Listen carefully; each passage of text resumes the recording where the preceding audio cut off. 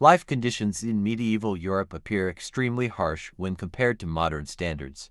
Particularly during the long and severe winter months, the question of how societies survived without modern heating systems and managed to sleep through freezing nights has drawn the attention of many historians. The dwellings of ordinary people were typically built from stone and wood, often with thick walls that provided some durability but little insulation. These structures allowed drafts and heat loss, making them far from comfortable by contemporary measures. Nevertheless, medieval people adapted to these conditions through architectural solutions, traditional heating practices, layered clothing, multiple bedding arrangements, and even dietary habits that helped them withstand the cold. In doing so, they relied not only on physical methods of warmth but also on cultural traditions and communal practices. In this context, the strategies employed by medieval societies to endure the cold cannot be reduced to a single factor. The use of firewood and charcoal as primary fuels, the central placement of hearths and fireplaces within households, the proximity of livestock to living quarters, the custom of families sleeping together, the widespread use of woolen fabrics, and dietary choices that helped maintain body heat altogether formed a complex system of survival. Therefore, the reason why medieval people did not freeze at night was not due to one specific invention or habit, but rather the result of a multifaceted way of life that combined architecture, culture, technology, and daily routine into an effective adaptation strategy. 1. Harsh climate and medieval night life. The climate of medieval Europe varied significantly depending on region, but in general, winters were longer, harsher, and less predictable than they are today. Scholars often refer to this period as overlapping with the so-called Little Ice Age, which began around the late Middle Ages and brought colder average temperatures across much of Europe. For the common people, this meant that winter was not merely uncomfortable, but a season of genuine survival challenges. Temperatures frequently dropped below freezing, snow could remain on the ground for months, and icy winds easily penetrated the stone and timber structures that served as homes. Unlike in the modern world, where central heating and insulated materials create a controlled indoor environment, medieval households were directly exposed to the natural elements. Nighttime posed an even greater challenge. During the day, physical activities such as farming, tending animals, or performing crafts helped generate body heat, and the hearth was usually kept burning as the center of family life. However, when night fell, activity ceased, and the intensity of cold was felt more acutely.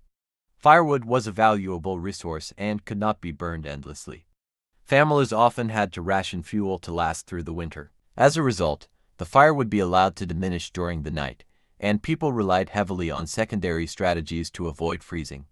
In this context, the medieval night was not simply a time for rest but a carefully managed part of daily life, where every decision from how homes were constructed to how people dressed and even where they slept played a crucial role in enduring the cold. Nighttime also carried a symbolic and psychological weight in medieval culture. The hours of darkness were often associated with danger, both physical and spiritual, and the freezing temperatures only heightened this sense of vulnerability. Darkness magnified the silence of the countryside, while the howling of the wind outside thin walls served as a constant reminder of nature's power. For many, the only comfort came from gathering together. Families, servants, and sometimes even livestock shared spaces to maximize warmth. This communal living arrangement was not only practical but also culturally ingrained. The very act of facing the night was a collective experience, a reflection of how deeply climate shaped medieval social life. The management of fire was particularly crucial during these hours. A single hearth often served as the only source of heat for an entire household, and its role extended beyond cooking into a matter of life and death. Fires had to be banked, meaning that embers were carefully covered with ash to keep them smoldering through the night without burning fuel too quickly. This technique ensured that the fire could be easily rekindled in the morning while conserving resources. The glow of the hearth symbolized security, but its limited reach meant that people relied heavily on other methods such as heavy bedding and layered clothing to survive the freezing air of their chambers. Unlike modern homes where temperature is stable across rooms, medieval households experienced drastic differences between the area near the fire and the unheated spaces further away. Ultimately, the medieval night was defined by a constant tension between exposure and protection. People lived in a world where nature dictated the rhythms of existence, and the battle against cold was one of the most persistent challenges. The strategies they developed, architectural, cultural, and practical, were not optional luxuries but essential components of survival. To understand why medieval people did not freeze to death every night, it is necessary to recognize how deeply climate shaped their behaviors, routines, and innovations. The night was not simply a pause in daily labor but an active struggle against environmental hardship, where every resource and every tradition served a functional role in preserving life. 2. Architecture and household heating methods. Architecture played a central role in determining how medieval people experienced the cold and how they managed to survive the long winter nights. Houses of the period were designed not for comfort by modern standards but for durability and functionality, often reflecting the materials most easily available in the local environment. In Northern and Western Europe, stone and timber were the primary building materials. Thick stone walls provided strength and protection but retained very little heat, creating interiors that could be as cold as the outdoor air once the fire had died down. Timber-framed houses, on the other hand, were slightly warmer due to the insulating properties of wood, but they were more vulnerable to fire and decay. Roofs were usually thatched or covered with wooden shingles, offering limited protection against wind and snow. Drafts were a common feature in almost every home, and windows, when present at all, were covered with oiled parchment or wooden shutters rather than glass. Within these modest structures, the hearth served as the central point of warmth and domestic life. Positioned in the main hall or the largest room, the open hearth was not only used for cooking but also as the household's primary source of heat. Smoke from the fire often escaped through a hole in the roof or through rudimentary chimneys, but the lack of advanced ventilation meant that interiors could be smoky, sometimes making warmth uncomfortable to endure for long periods. Nevertheless, families gathered around the hearth during the evening, eating meals, conducting daily tasks, and preparing for the night. The warmth of the fire rarely extended far beyond this central area, leaving other rooms in near-freezing temperatures. In wealthier households or castles, larger and more sophisticated fireplaces were installed, sometimes with flues that improved airflow, but even these were inefficient by today's standards. In addition to hearths, other architectural methods of conserving heat developed gradually throughout the medieval period. Some homes were constructed partially underground or incorporated earth into their walls to provide natural insulation. In colder regions, houses were often built with small, narrow openings rather than large windows, minimizing the loss of heat. Thatched roofs, though vulnerable to fire, provided a certain degree of insulation compared to stone or tile roofing. Wealthier estates experimented with thicker walls and tapestries that lined the interiors of great halls, not only as decoration, but also as a form of insulation. These woven fabrics helped reduce drafts and retained some of the heat generated by fires, demonstrating a clear awareness of environmental adaptation. Heating was also managed through the use of portable sources of warmth. Braziers, metal containers in which charcoal or embers were placed, were used to provide localized heat in certain settings, particularly in monasteries, castles, or urban homes where resources were more readily available. These devices, however, carried significant risks of smoke inhalation or fire, limiting their widespread use among poorer populations. For the majority of peasants and villagers, the open hearth remained the primary, if not the only, option. This reliance on such a rudimentary form of heating demonstrates the adaptability of medieval people, who combined architectural strategies with communal living to maximize the limited warmth available to them. Ultimately, medieval architecture was not designed to eliminate cold but to endure it. Houses were constructed in ways that balanced available resources, environmental challenges, and cultural practices.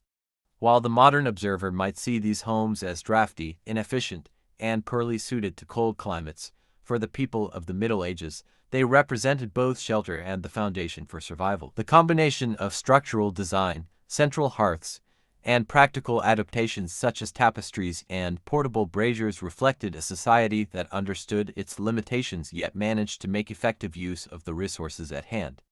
The medieval household may not have offered the comfort of modern heating systems, but it provided just enough to allow families to face the brutal winters of their time. 3. Clothing and textile culture. One of the most effective defenses against the cold in the Middle Ages was the clothing people wore. Unlike modern societies, Wear clothing often functions as a means of self-expression. In medieval Europe, garments were primarily utilitarian, designed to provide warmth and durability. Wool was the single most important material in this regard. Sheep were abundant across Europe, and their wool offered excellent insulation, retained warmth even when slightly damp, and could be spun into various thicknesses depending on the season. Almost every member of society, from peasant to noble, wore woolen clothing during the colder months, though the quality and refinement of the fabric varied greatly by class. Peasants often wore coarse, heavy wool that was durable but rough against the skin, while wealthier individuals had access to finely woven woolens that were both warmer and more comfortable. Layering was another critical aspect of medieval clothing culture. Instead of relying on a single garment for warmth, people wore multiple layers, each trapping air and insulating the body.